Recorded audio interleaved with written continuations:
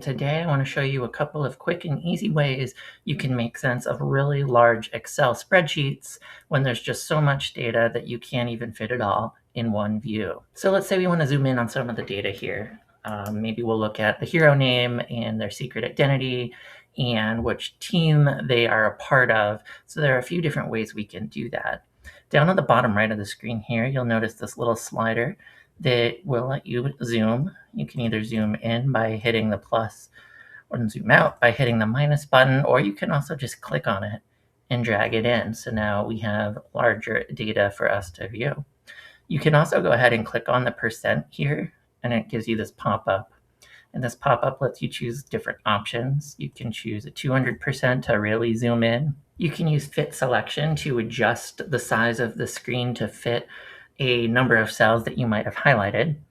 And you can also add in a custom number here as large as 400%. But there's another way to get that little pop-up as well. If you go up in the ribbon here and go to View, and then you go to Zoom, you have the option to click on the magnifying glass, and you get to zoom as well. Now, let's say you zoom in. I just used the scroll wheel there. That's another way that you can zoom in. You click Control, and then use the scroll wheel on your mouse. You'll notice there's a lot of data that is now missing off to the side, but as I move, I no longer see my first column of data A, which tells me the hero ID. So there's a way that we can freeze this so that while scrolling, it always remains on the screen. To do this, you also stay in the View ribbon, and you go up to the Freeze Panes option and choose the Freeze First Column. Now you can see that I am scrolling, and I have column A. Now you can also do this for the data in row 1, because as you'll see here, now I'm not entirely sure what all of these numbers might mean. So in order for me to be able to tell that, we can go back up here. We can go to Freeze Panes and freeze the top row.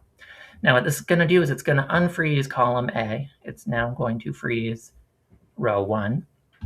And as I zoom, you see that my headers are always visible, so I can tell that intelligence, strength, speed, durability is what I'm looking at when it comes to the numbers. So anyway, I hope this showed you how to do some basic zooming in Excel and how to freeze rows and columns to help you better sort through large data sets. And if you'd like to learn more Excel tips and tricks like this, you can purchase our book at rheinwerkcomputing.com or on Amazon.